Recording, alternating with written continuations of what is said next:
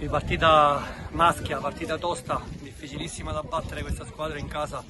Sapevamo di affrontare un Villarosa ostico, sapevamo di affrontare una squadra viva, veniva da una sconfitta e in casa vendicare la pelle. È veramente una squadra che ha 7 vite, come i gatti.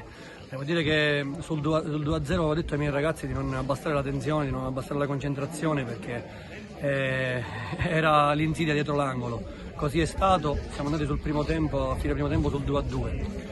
Una strigliatina ai ragazzi era doveroso, ho portato dei cambi alla formazione anche per ovviamente causa di forza maggiore, stante che 2 ragazzi si erano fatti male.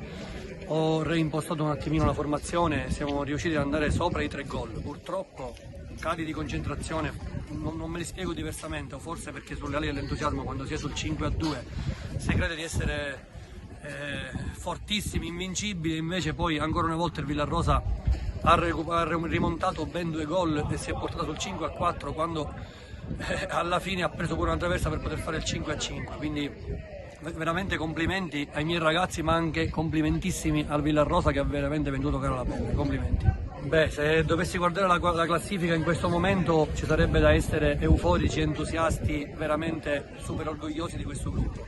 Non mi nascondo la mia soddisfazione, la mia felicità perché veramente ho preso questa squadra un anno fa, ultima in classifica, quando tutti la davano retrocessa, un punto a fine ottobre. Abbiamo fatto un miracolo l'anno scorso portando la salvezza agognatissima e comunque difficilissima l'anno scorso. Ho avuto la fiducia della società quest'anno rinnovata, ho confermato lo zoccolo duro di questa squadra che sta dando veramente grandi soddisfazioni al popolo castelbuonese. Adesso parliamo di tutt'altra classifica, siamo ai quarti di finale di Coppa Italia, siamo nelle prime 3 posizioni della classifica in promozione. Credo che veramente ci sia da battere le mani e da elogiare questi ragazzi che sono veramente straordinari. Il problema è stato che dopo il 2-0 l'abbiamo presa un po' sotto gamba.